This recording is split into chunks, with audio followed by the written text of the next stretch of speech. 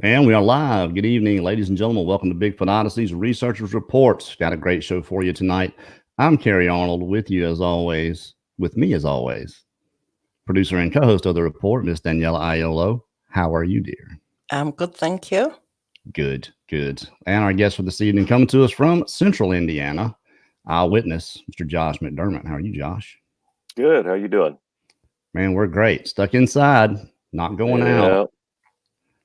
By orders, Linda's a charge nurse at Oshner, and she handles a whole floor, and they've got a few patients in there, but I think they're thinking they're just getting past the peak of this thing. We're hoping anyway, so we'll see. Everything is still shut down.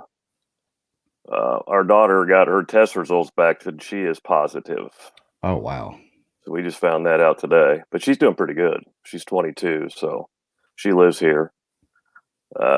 But she's a med tech and worked on the unit, and it's like this thing can penetrate steel or something.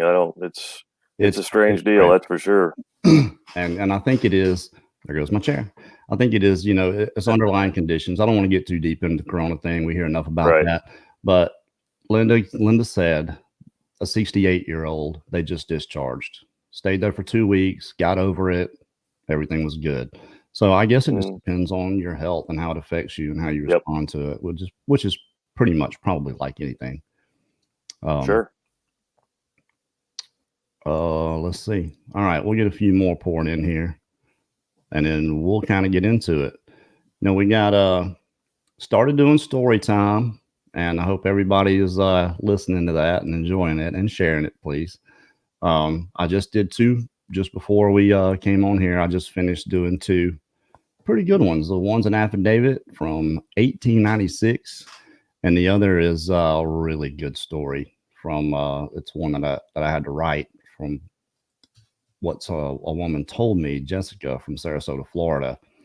And I remembered most of it, but I just kind of I just made a story out of it. But it's so good. The meat of it is what happened. And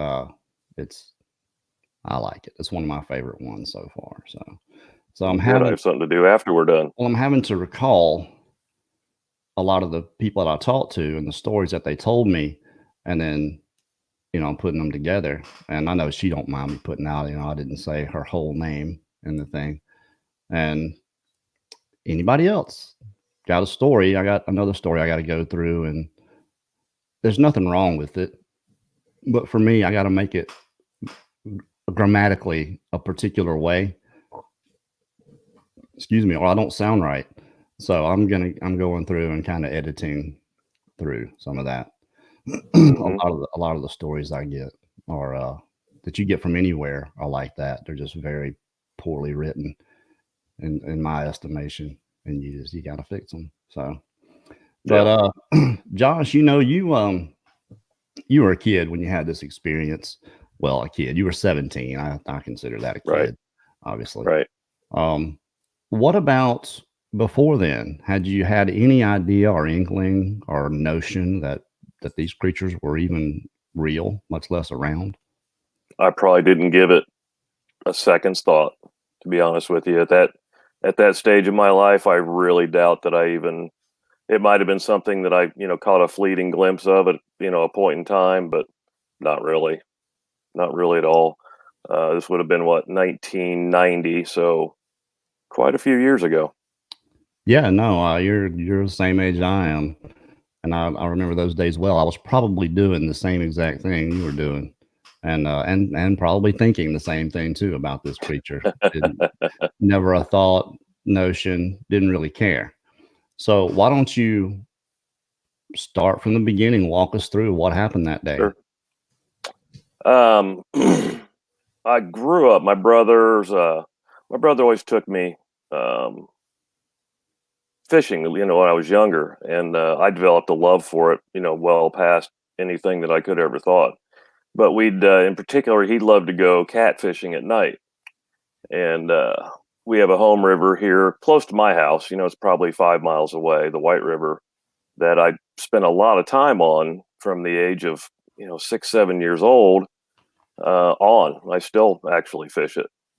And there's a creek up in north central Indiana that we fish quite a bit for smallmouth bass. And my brother got a notion to, he wanted to go try it out for flathead catfish. I mean, it was just, it was closer to his house, and he just thought it'd be really cool to catch them out of that creek. So just like any other day, we have to, what we do, we go and catch bait because I don't know if anybody, listening or, flathead catfish, they want something live. So, we got to make sure the bait's lively, and we go out and do that, and nothing different than normal. The guy who owns the property where we're able to drive back on, we called him Worm.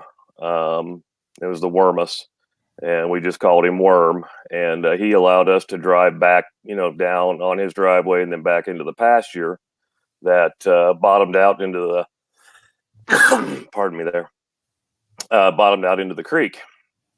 And we got down there, mind you, this is late July, so the sun's still quite high. We got down there 7-ish, 7:30, just to get set up and get comfortable. We'd never night fished out there, been up that creek, hundreds of times, and but never been out there at night doing this.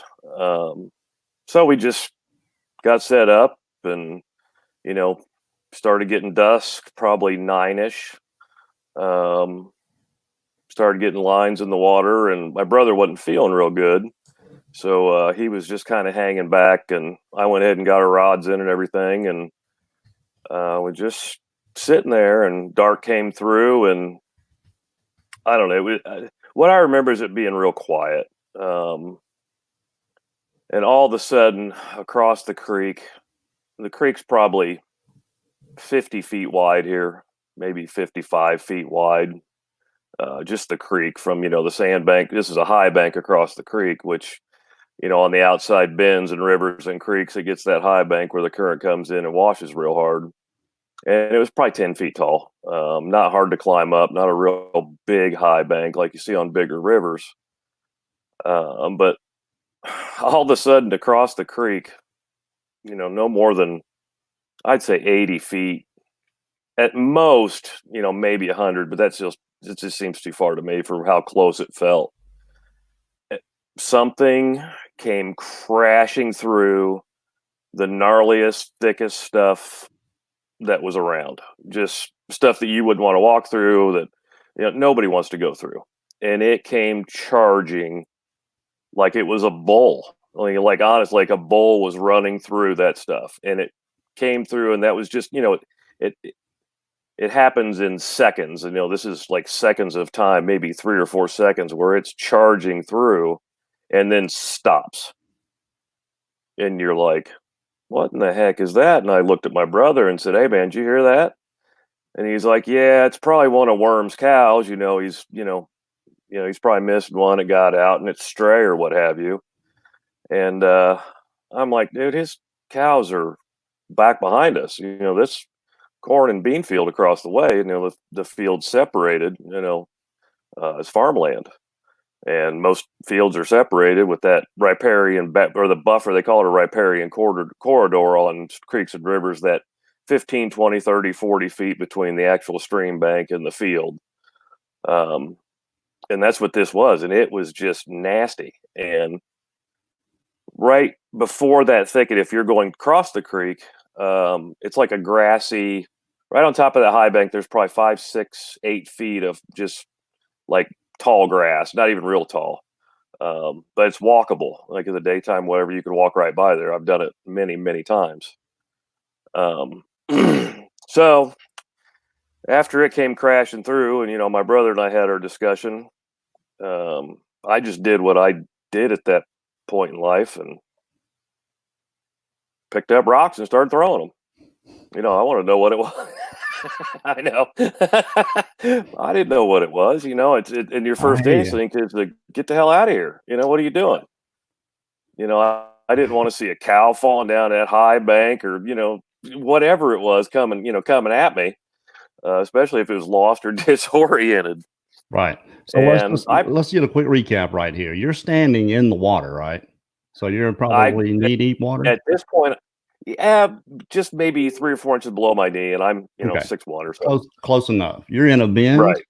of a creek, It's just just on a bend in the and creek. across the creek from you is about a 10-foot tall bank.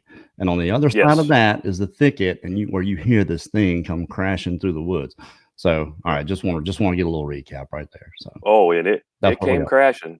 I are. mean, it was Heard it. like, yeah, it's like a truck driving through without the engine noise. Just crash, crash, brake, crack, brake, just like, "Oh, what's gonna pop out here?" Been there. Um, and, so I start throwing rocks. It's just what I at I think, you and I kinda talked about this. It's the fight or flight mentality, and at 17 years old, there was no such thing as flight for me. Well, here in a minute there will be, but that up to nothing. It was always fight. I had 3 older brothers, and that's I was the youngest. I was hogtied in barns and beat up and pushed around, and all Me the other too. good stuff that your older brothers do to you. Me too. Had 2 older brothers. I'm the youngest. Did the same thing to me, so I can relate. Yep, yep.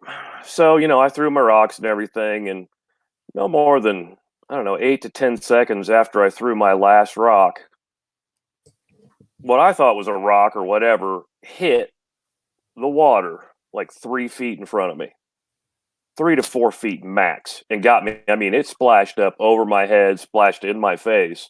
So it was a pretty good sized rock from what, I'm thinking, like, what the heck?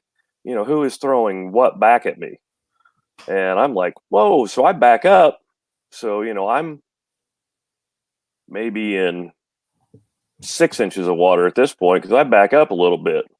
As everybody's had rock fight, or I guess guys our age, we all have had rock fights with our buddies. You want to get out of range of their arm. If you get, Right. especially if you got a bigger arm than they do. So immediately, again, I mean, I start and I find bigger rocks. I go from golf ball size. I'm finding as big a rock as I can throw that far, and I hear them crunching through the thicket and hitting trees and doing all this. And I'm asking my brother, I'm like, "Are you hearing this?" And he's like, "Yeah, man, I don't feel real good." And he's just sitting in a chair. And he usually wasn't like that. It was the strange thing about it is he felt real bad. And I'm like, "Man, something just threw a rock at us." He's like, "Oh, no, there's no way." And I'm like, "Dude, I'm telling you."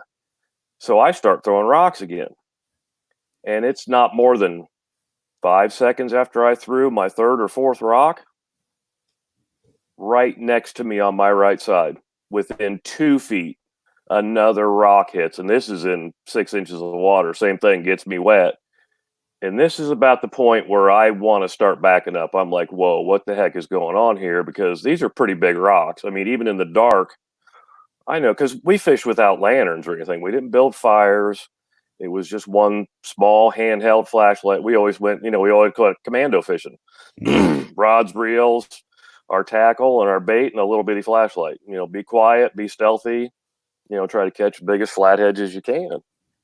And once this rock hit, this is when it really got just wild. It couldn't have been a second or two after, and I think you called it was it a huff? You called it, A huff. Kerry? That's what I heard. A huff. I heard it was like a woof. I call it like, not like a dog woof, but a real. I can't even really do it, but it was the loudest. It felt like somebody was right in my chest and did it, to where it was just woof, and it was just like, Yeah. and it froze me, and I mean, I was paralyzed at that point. I'm like, what is going on? And then within a few seconds after that, this thing starts barking like a dog. And it's like it was a bad impression of a dog, is what it was, is what I call it. And it did this like I think it was like 10 times, if I remember exactly. And it just did this, oh, oh, oh, just this like a bark, like it was trying to be a dog, like it was trying to imitate a dog. And there's this thicket, there's no way it was a dog coming through this thicket. I mean, there's literally not many animals that would have come through this thicket. Yeah, my dog throws rocks If all the time. any. My dog. Yeah, exactly. He loves throwing exactly. rocks, especially big ones. Yeah. Oh yeah, you can get his thumb around them real good, right? Yeah. Yeah. So I'm pretty much frozen. I mean, I'm just kind of like, it's like I'm there, but I'm not there. My brain's there. My brain's like, go, go, go. My body's like, no, no, no. After the barking happened, my brother's like, dude, we got to go. He's like, I heard that. That's not cool, man. I don't know what that is, but we got to go. And he was already basically in the car at this point. I still grabbed rods and reels and, reeled them in real quick and just threw them up in the bushes. And then we went back to his house and kind of didn't really even talk about it. That was the other strange thing about it. He, kept saying how bad he felt and how bad he felt. And he just wanted to go to bed. So I told him, I was like, dude, I'm going to get up in the morning and I'm going to go see what this was. And he's like, man, don't do that. I'm like, well, come with me. It'll make it better. And he's like, no, I'm not going back out there. He said, I'm not doing it. And I said, well, I'm going. I was staying at his house and I drove up to his house and he drove to the creek. So sure thing, next morning comes and I made sure it was plenty light before I went back out there. We'll put it that way. Oh, I get down there, it's probably 8:00, 8 a.m. in the morning. Cause like I said, I've been through this area creek a bunch. I know this creek like the back of my hand. It's one of the best smallmouth creeks in the state. If I wasn't an old guy now, I'd probably still go do it, but I've got boats now, so it makes it a little easier. Right. I want to see what it is. I want to see what's going on over there. So I go ahead and park and go on over there and I wade across the creek. And like I say, it's not a very, I got up to my waist in water. It's not a real deep creek. And go ahead and climb the high bank. And you can see, I climb the high bank and just maybe make a couple steps. And I'm looking dead ahead at the thicket. And you can see the wall of thickets it's all the way down this bank. But you got this grass edge you can kind of, some of those high bank stuff doesn't want to root on real well because the soil's so loose. When it rains, it just keeps falling. And but as soon as you poke your head in, you could see where whatever it was came, and it was a foot away from the edge of that thicket. Once you cleared the thicket away, you could see. Now it wasn't like a bulldozer went through there, but you could see everything that was broken and pushed away and stuff that was trampled down. And I went in there. I'm not.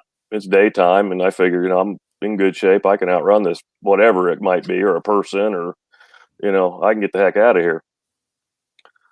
I remember I was 17.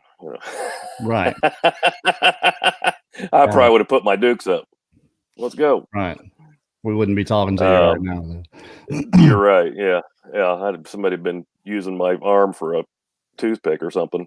So you climb up there, you're taking a look around, you can see where whatever this was crashed through the woods. And I mean, oh yeah. What'd you find? Well, I kind of look back in. It's like this is kind of like a triangle between these two fields. It kind of bows from the creek. I'm looking at it, it kind of bows up this way. And then there's some, like, it makes like a perfect canopy. And you've been in the woods enough to know where you've got that thick a canopy, not much grows underneath that canopy. It's pretty open. There's some weed, there's sticks and branches and stuff and some weeds, but it's not, growing up at all. And the first thing I noticed, and to my right, was a dead deer. And it looked to be, pretty old. And so I start walking towards it because I want to see, what killed it. And as soon as I, start walking forward, I see another dead deer. And this one's pretty, you can still see the white. It's not been rained on. It's not been tampered with. It's pretty fresh. You get the older deer had both its back legs were gone. I couldn't tell you what or why or how. And the one thing I didn't mention to you is the first one was a buck also. And the velvet was even falling off because it'd been there long enough where they grow their velvet, but it was already starting to fall off. The second one was a doe. But the second one, there was nothing wrong with it. No bullet holes, nothing. I didn't, I didn't touch it or anything. I didn't go down and start scavenging through it, look to see what, killed it. But It was just, they were right next to each other. And that was just kind of struck me as odd that, this thing comes crashing through and then I go the next day and find these deer. It's like it was, something was eaten over there, and I just, my brother and I disturbed its dinner or, because like I said, we'd never been out there at night. It kind of, this is like we talked about the correlation with you and I. You'd never been to the back of the property. Well, I'd never been to this property in the dark. So it just really, I mean, who knows? This goes on every night. I mean, it could be a nightly occurrence out there or could have been. This has been 30 years ago, and I pretty much just summed it up, and I was like, well, I don't mind coming out here during the day. I'm still going to smallmouth fish the creek and use the beautiful permission we got to park down here. Talk about the rocks. Didn't you find the rocks that they threw? Oh yeah, that's almost the biggest things. And that was I totally spaced it. Got ahead of myself. I wanted to see what was throwing, and I knew where I was standing, and it was shallow enough. Well, the first one that was thrown that was in front of me was 9/10 of a cinder block. And the second one that was to my right was 3/4, half to 3/4 of a cinder block. That's what was being thrown a good 50 to 75 feet, give or take, whatever, wherever 30, you're talking 30 pounds. You're talking 30 pounds of concrete, a cinder block. Yeah. Yeah. It wasn't a pad. It was like a 2-hole cinder block. Cinder. One of those? Yeah. Cinder block. Yeah. It wasn't broken up pad or anything. No rebar in it or anything like that. Like it was a poured driveway. It was and it was mostly there, the first one. And that's what it was like, and then ever since then, I guess when I was younger, if I ever came, when I wade a creek, if I found a cinder block, I'd grab it and see how far I could throw it, even winding up to see how far I could throw it, and not very far. There's no way I could have made it if I was right on top of that high bank, I couldn't have made it, a quarter way across the creek. I mean, that's just the way it is. And I was just amazed at that point. It was like, what is capable of throwing something this heavy that far? That's what I was going to ask you was that the point where you maybe got a clue that this was something out of the ordinary or unusual? Did you even think Sasquatch at that point? And how long did it take you to go there? It took me till this was on a weekend, and it was, like I told you, it was probably the only time I ever went to the public library in my town was that following Monday and looked for books, and the Bigfoot thing did. And what I found, I couldn't tell you. I don't recollect that part of. There wasn't much. Right. This had been 1990. I mean, I don't know, you couldn't go online and research anything. So, and being 17, I mean, you get over stuff pretty quick when there's, something else to do, something else to chase, something else, another place to go fishing or girls or whatever's going on. 6 years later, 23 years old, my best buddy's back from college. And he'd been back there with me before. We waded this creek together a lot. And we park on the other end of Worm's property, because if you park on the other end where we actually come in, then you can wade a really nice section of creek going upstream to that bend. And we're wading up through there. And, with the reason we walked around that high bank we get up on shore to walk that high bank is because down in that water, in that area, were some old concrete blocks. And that's the other thing that was back there, was that pile of rubble under that canopy area where the farmers had dumped like their trash rocks and broken up concrete and asphalt. There was a pile of that stuff back on that side of the creek. So you found the source. How far was that pile away from where you were standing when it got thrown? 20 feet. So you think that he just reached over and grabbed something or whatever it was and threw it from the source, or do you think he might have brought it with him to throw? I don't doubt the thing had it in his hands, in both his hands, when he came charging. I really don't doubt it, because you couldn't hear. I mean, you couldn't hear a frog fart. It was that quiet after he stopped. And you'd think you'd like to think you could hear a move, but I don't know. I mean, I'm not a researcher or anything. I don't know. I'm not. Right. It's nothing. I have no idea if they're that quiet where they could just, walk a few feet, grab something, and walk back, and you wouldn't know it. It probably can. Seems to be the case sometimes. And I did see a few questions over here. I just want to let you guys know we'll take questions just a little bit later. Save them. Do them again. Make sure when you do have your question, put it in all caps. Makes it a lot easier for us to see. So then you're just going to have to do with the stupid questions that I ask. So one of them was Daniela's turn anyway. So one of them was about smell. Did you smell anything? Did you? Not a thing. I didn't smell anything that night, the next day, or 6 years later. And the thing, 6 years later, we were walking that way, and we get up on the high bank, and I mean, it's within feet of where the entrance is. I call the entrance where he plowed through. His dog, I noticed his dog's up there, and we were 17-year-old, or 23. I mean, we were still goofy as all hell. I mean, just total goofballs. And his dog is named River, and you could see him. He's 20 feet ahead of us, and he's on his back and just rolling to beat the band. So I'm thinking, all right, he's going to have to ride in your truck, and he's going to smell like a dead raccoon or a dead possum. And I'm loving life at this point. Well, we get up to it, and it's a dead deer. And this is 6 years later, and it'd been there a minute, but it was just, that's where this is my best friend in the whole world, but only for 8 years so far. I'm still best friends with him.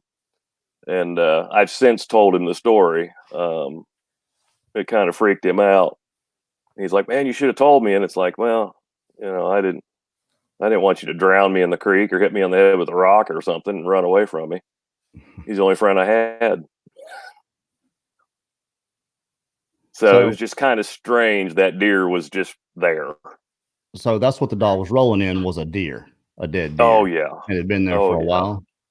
Oh yeah, thank God. So 6 years. So 6 years before, you're 17. You go up there the next day. You find a dead deer that had been there for a while, and then one that's pretty fresh, without a mark on it, laying in the same place.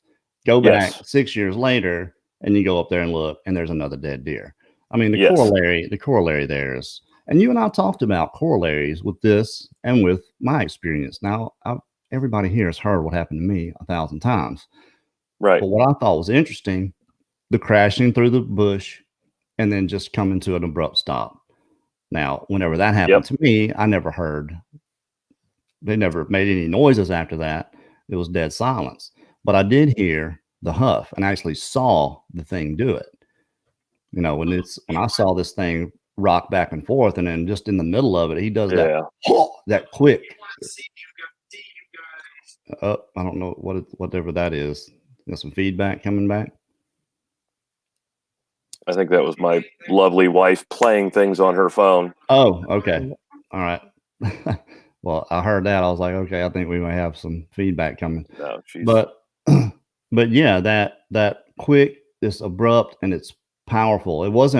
It's not necessarily loud, but it's powerful. So, and you and I talked about this, right. These are, it's just good confirmation sometimes to hear the same things happening to someone else. And I've heard the crashing through the bush, and it's just not something that a deer will do. I think a cow might do it, but a cow's not going to pick up cinder block and throw it at you either. I mean, No. 2 + 2, what else could this be? It's got to be one of these creatures, especially to me, the noise, what I call a huff. That's what it was. There's no other word for it. It's like blowing and yelling at the same time. Yes. It's exactly what it is.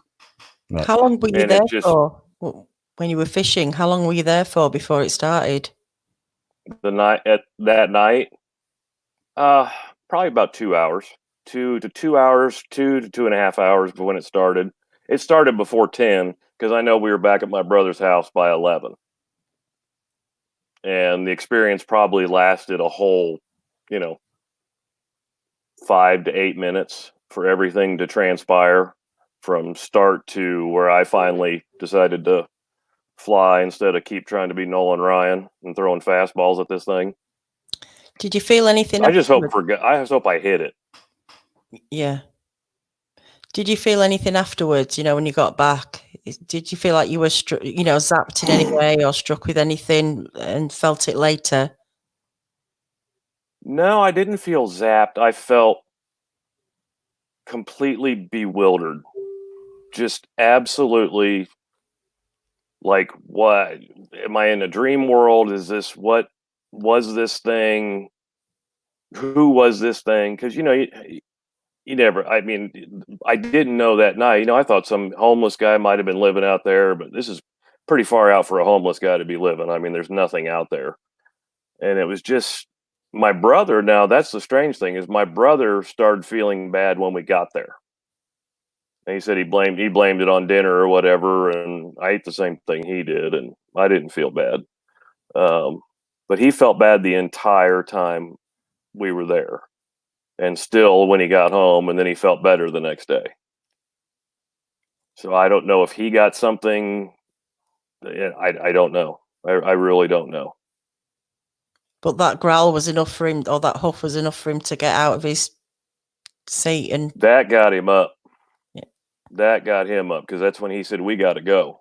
And I was like, I wanted to say, okay, but, I just kind of just stood there, just shocked at what I was listening and not seeing. And, I told Kerry, there was a part of me at one point in time that wished I would have seen it, but I'm glad I didn't. I think if I would have seen what it was, I don't think I'd have been able to go in the woods and do the fishing that I, did for years and years after that, by myself at least. And I don't know how comfortable I would have been going with anybody, after, if I would have seen the thing. I was still pretty apprehensive, but, youth got the better of what I was thinking back then. So just really, I mean, it was just unreal. I mean, it's just unreal. you've muted yourself, Kerry. oh, I have. I did mute myself.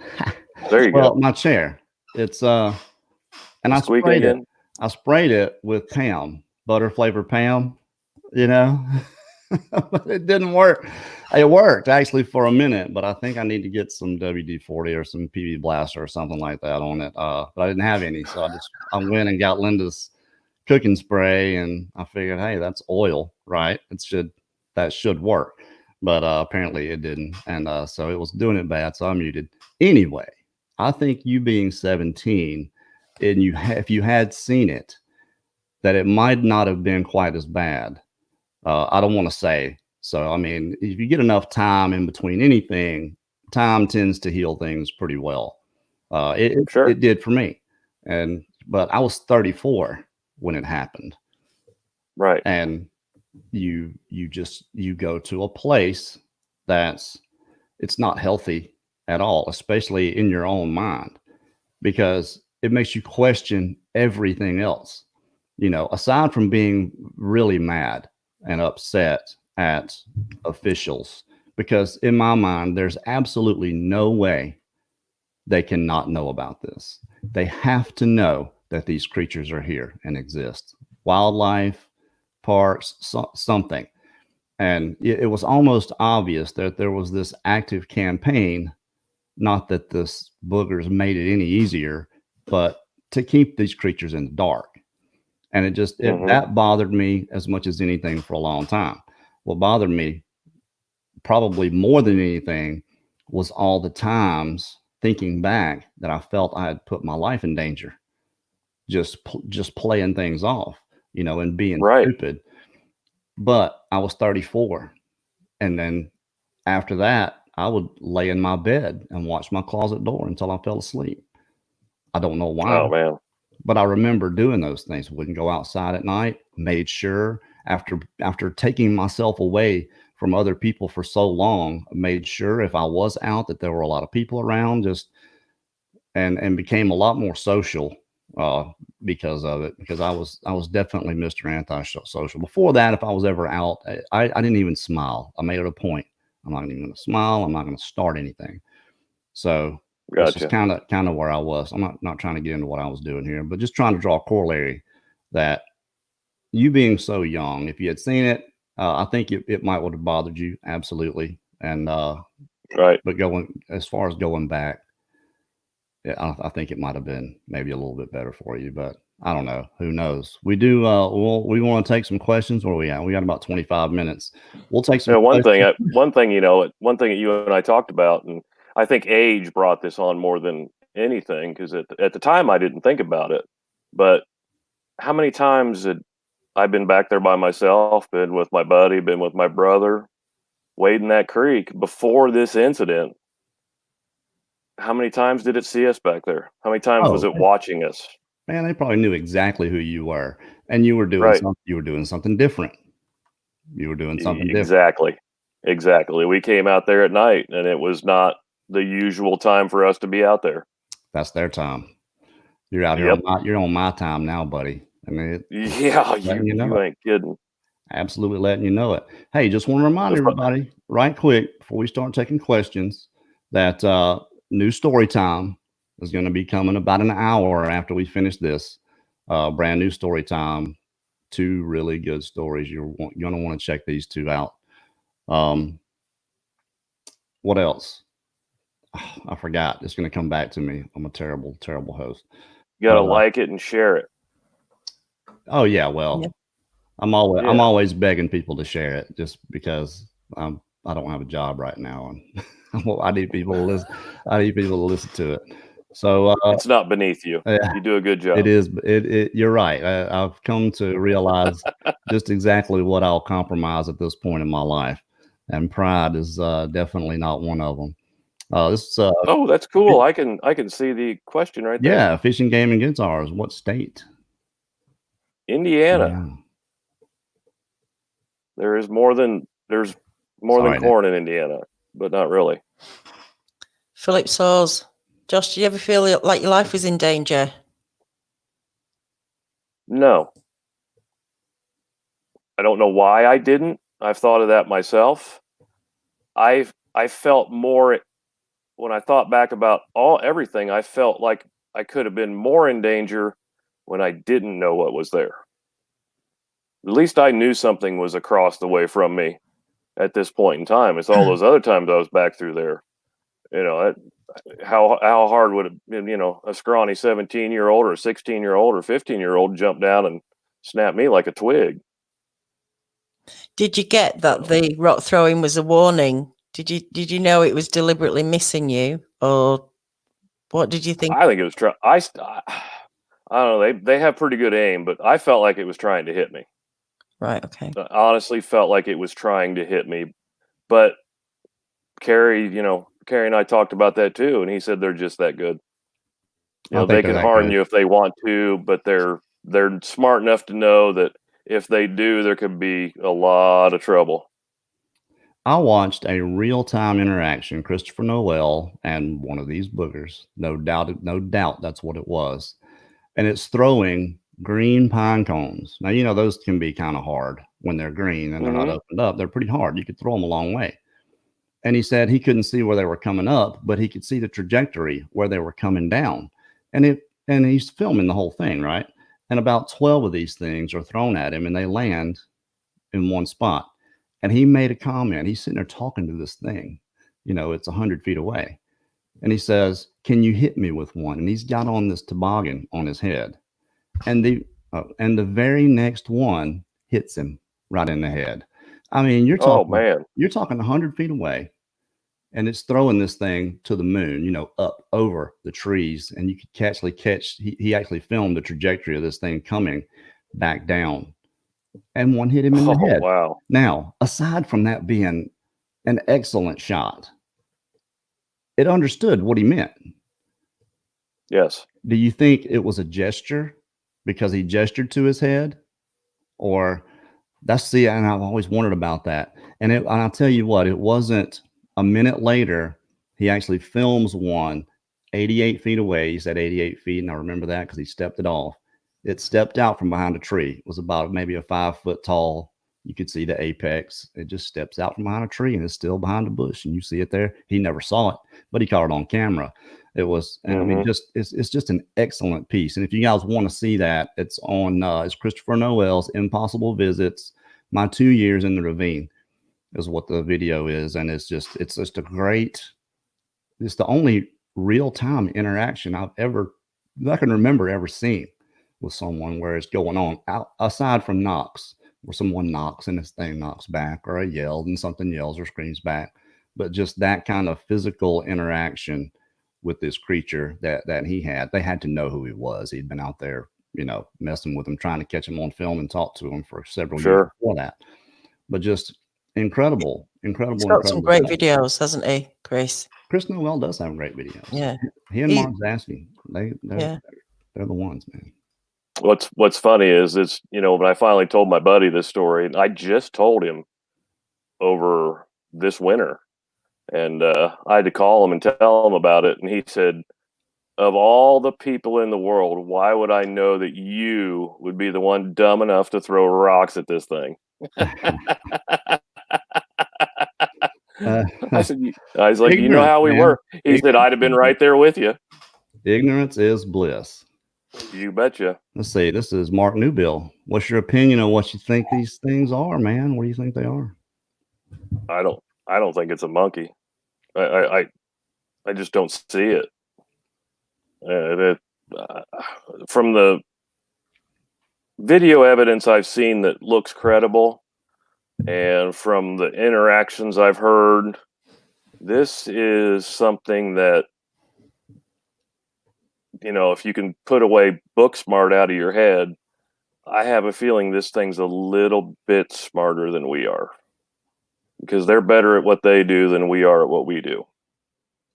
Fair enough. If you take all the big, if you take all the worldliness out and, the scholarly part out of it, knowledge. I really think these things are just smart. Yeah, they may not have, I'll say the same thing. They may not have as much knowledge as we have, but I think the capability and the capacity for knowledge, the ability to process things faster. Someone asked a question on here. Here it is right here. Philip Soares says, Kerry, do you think probably read body language? I think absolutely. I think they watch us that closely that whatever our notions and intentions are, they can see it on us. And that's just what I think. And I'll tell you what, you guys listen to this next story time, and you'll see just exactly how closely they will watch us. So, why do you think these guys fishing were a threat then? If they can read the body language and intent, they must have known that they were just there, seeing if they could catch something with no other, those places, the big places. Why do they want to get rid of you? They must recognize that people come and go. People come and go. They don't hang around like they hang around in that area. You think they're kind of creating drawing more attention to themselves by throwing the rocks than just waiting on these people to leave? I think I interrupted dinner time. Oh. Like Kerry and I talked about, I'd been there many, many, many times before with my buddy and my brother, and that was all in the daytime. It'd be the daytime. And then the first time we ever go out there at night, I mean, I don't know if the daytime was okay, you know, I'm taking a nap or I'm sleeping, you're not bothering me anyway, or, you know, the nighttime is like Kerry just said, you know, the nighttime is my time. Let me be. There's definitely a tolerance level with these creatures, and we don't know what it is. We don't know what the line is. And when we cross it, you know, this reaction happens. If you're unaware, you're going to do what you did, a 17-year-old kid, act back, throw Right. rocks at it. And what's that do? That just probably pissed them off even more. Sorry, kids. But that's just my opinion, how I see these things. You know, I don't put any nefarious intent on them or any good intent in any sense. I don't think that I wouldn't say it's not possible. I think it's possible. You can befriend a bear, you can befriend a deer, but there's a process there. You know, Sure. there's a certain amount of trust that has to be earned. And then, like I said, you're out here, you're doing something different. You're out there at night, you know, and he's trying to ease in his spot, and all he's doing is trying to scare you off. I think they tried to scare me off many times, and I was too stupid to realize what was going on too. Yep. Hansi Adams, do you think there were more than one?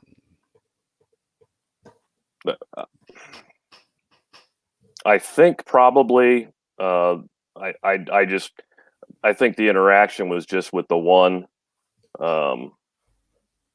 If I had to guess, there was probably a few more.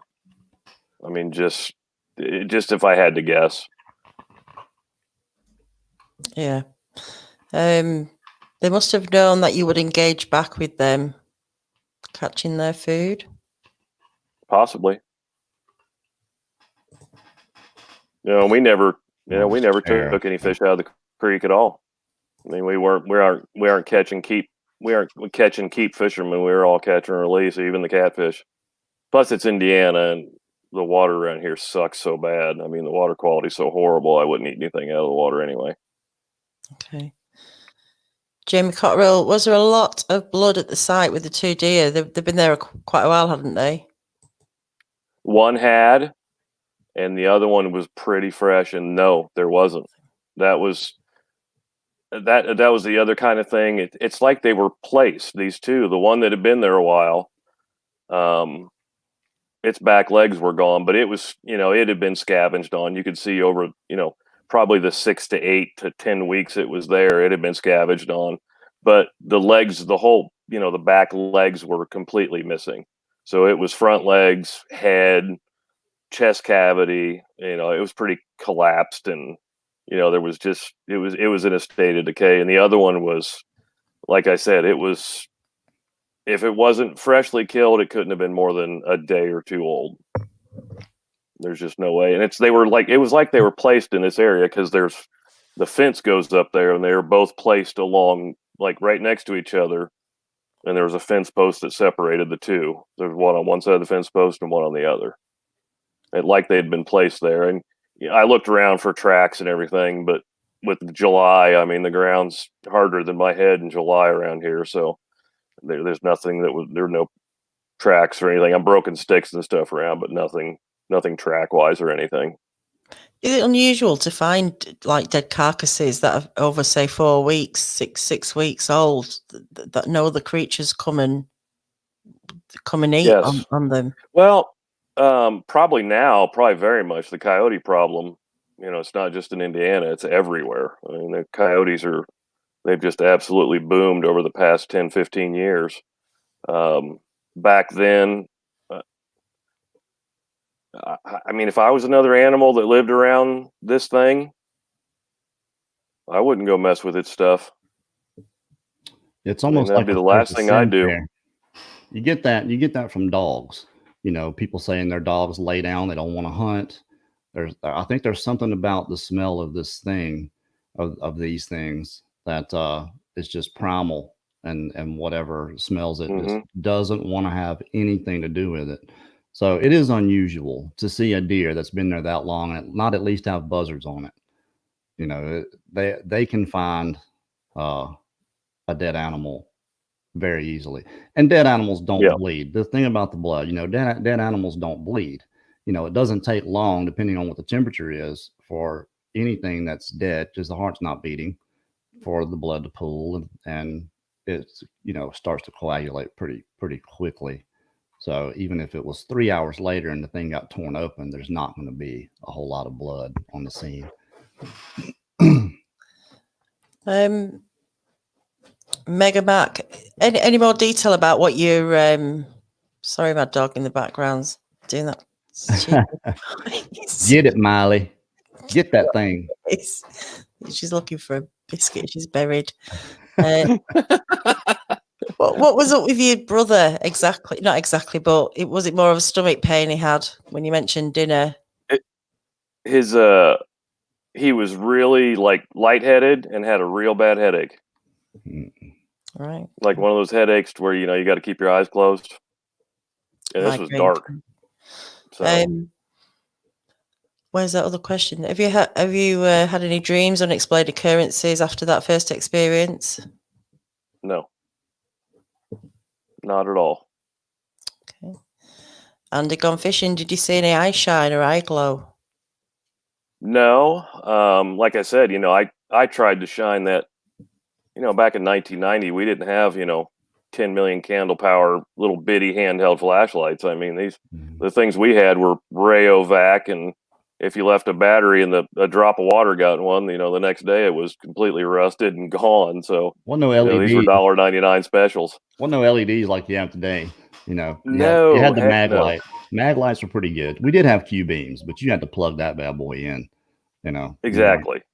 You weren't getting. And my brother was all into that. You know, commando fishing. He called it commando fishing. You know, get your bait bucket, your little flashlight, and your little. Let's go. Sounds like you're fishing. Sounds like you're fishing without any pants on when you say commando. Fishing without underwear. You think, you know, maybe. Oh my goodness! All right. Yeah, that's a horrible image. God. I just put that in. I just put that in at least 240 people's head. You're welcome. Exactly. Exactly. The Scottish Wildman, do you think they can smell fear? Do you think they can pick up our chemicals? You betcha. Same thing. I think they can sense. I think they can sense what it might be, the body language. It might be, you know, your wrinkles in your eyes, your forehead, how big your eyes are. You know, it could be I think they're pretty in tune with what they're causing.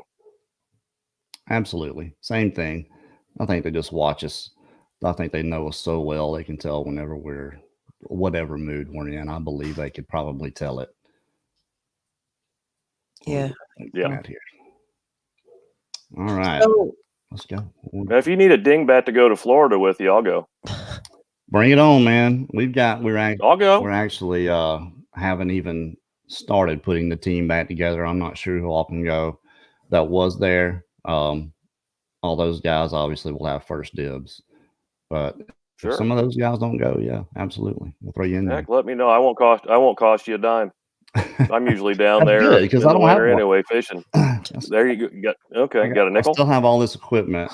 You know, I gave some of the cameras out to the guys and Clay, guys I know that are coming back. They're going to be using those things. And Tina C, I have your package. I got to send it out to you. That's all. Just letting you know. I know I saw you in here earlier. I do have your package. I emailed you and let you know I do have it. It is coming to you.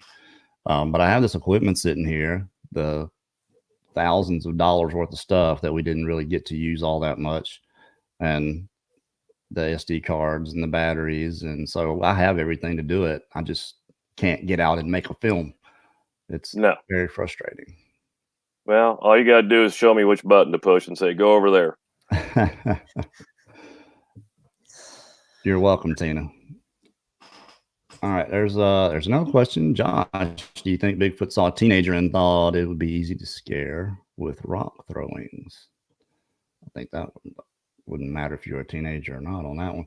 What do you think if you saw it? You know, if you saw cinder blocks coming at you, of course, it being dark, you didn't see cinder blocks. If I would have saw it, I'd have been out of there. You just heard splashes beside you, and obviously, I knew they were good sized rocks. You know, I knew it was a good size from the splash it made. You know, I've thrown rocks, and you know, right. Ever since I was a little kid, what little boy or little girl doesn't throw rocks? I mean, you know it. But if I would have seen something like that, oh no, there'd have been yeah, I probably would have soiled myself and left the scene real quick. Well, in my mind, it's a booger. To me, there's not a whole lot here to have to break down. Right. Especially when cinder blocks are flying out and you got this big thing crashing through and the huff noise it made. It's almost obvious to me that's what this was. It was a Sasquatch. Yes. He probably had been watching you for years, knew who you were. I'm sure the whole family was around, but I think it's the matriarchs that take it upon themselves to usher whoever's in there on out when it's, like I said, their time. Again, just my opinion. I could be dead wrong, but I don't think I am. Ask me if I'm wrong. I'm with you. That's why you're sitting here now, Josh, because you came to that. If you're wrong, I'm wrong. So, I mean, there's nothing else it could have been to me. You're sitting here now because you came to that realization that this has to be what this is. What about going forward? Do you plan on getting out and trying to look for sign of these things, creatures? What do you plan on doing anything with this at all? I think I'd like to have people with me. I'm not going out there by myself. That ain't happening. Heard that. Just no. But are there any plans in the works to do this? No, not at all. Maybe if in my leisure time coming up in my life, if I've got some time, it possibly, yes. It does interest me that much, and it's one of those. I think I would like to see one at this point in my life. At that point, I don't know. At this point, I think I would, though. Yeah, as long as it wasn't throwing stuff at me. I mean, that's if it was angry, I'll pass on that. Look, I would tell anybody, if you plan to go out and actively look for one of these creatures, prepare for anything. Prepare yourself for it, because too many people, and I don't think they examine their own assumptions closely enough. They think they want to go out and look for this creature. And I think maybe somewhere in the back of their mind, they're thinking, well, it's not true. I just want to go and confirm whether it is or not. So they get out there, and then 20 feet away, something screams. They start throwing things at them, and immediately the very thing that they went out there to experience, they're ready to go. Get in the car. Right. We're out of here. So that's what I would tell anybody. Prepare for anything. Prepare to see it every single time you go out, because what do we need? More people out there with their boots on the ground doing this. We got to get more people interested in the subject, period. And that's what our whole film was. That was the whole purpose of the film we were making, was to put it out there for people to say, wow, these creatures do exist. Let me look into this a little bit deeper. But just, I hope you do. Got one more question from Miriam. What are your thoughts on cryptids? Even if you haven't seen one like Dogman and UFOs, what do you think about that? Dogman and UFOs. That one usually comes out. Thank you, Mary. Thank you, Marianne. Is that a normal question? Oh yeah, for this time with 2 minutes left. I'm sure there's other things out there that I have no clue about. This one's just stuck with me because of my experience. I haven't experienced anything else other than this.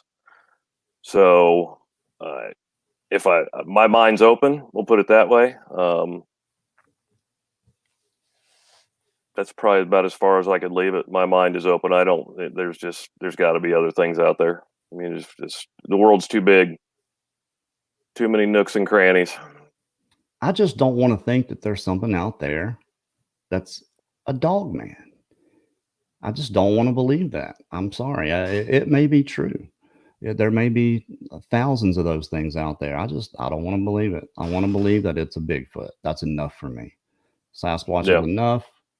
There doesn't, and I'm positive that there are other things out there, maybe closely related or not related, but kind of resemble Sasquatch that people see, and it gets called a Sasquatch. So I think there are other things out there. The little pygmy people that people see and say, oh, there's a juvenile. Well, we don't know that. This could be a full-grown little thing, But sure, there's so many things out there, and I think it comes down to intelligence and not wanting to be found out and wanting to hide and having that ability. We go in the woods, they see us coming, they just stay away. That's what the Bigfoot do to us. That's what I think they do. Well, we don't have any really good evidence for them. But we have They come up leave us to with a lot of questions, don't they? That's what they do. yeah.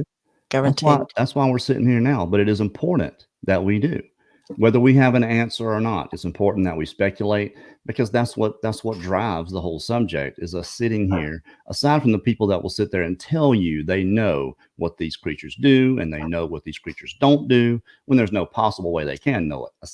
Set those people aside. We have to do this. We have to, if we're going to forward the subject at all, we have to sit here and talk about the possibilities. What could this be? Aside from it being relatively interesting, and we get these people in here in the chat for what we do, that there's a sense of camaraderie, doing this show we do live, that we have to do this. I think we're responsible for doing it. We have to be responsible and do something. Absolutely. Yeah, that's one of the biggest things. That's the biggest turnoff to me, is somebody that claims they're an expert on something like this. A lot of videos I watch, as soon as I hear somebody telling me this is why they're doing that, they're doing this because of this, and they go here because of that, and I've seen this and I've done that, it's like, oh no, I'm done. It's the open mind thing. It's just like you just said, we don't know. Nobody knows. There's a lot of guesses.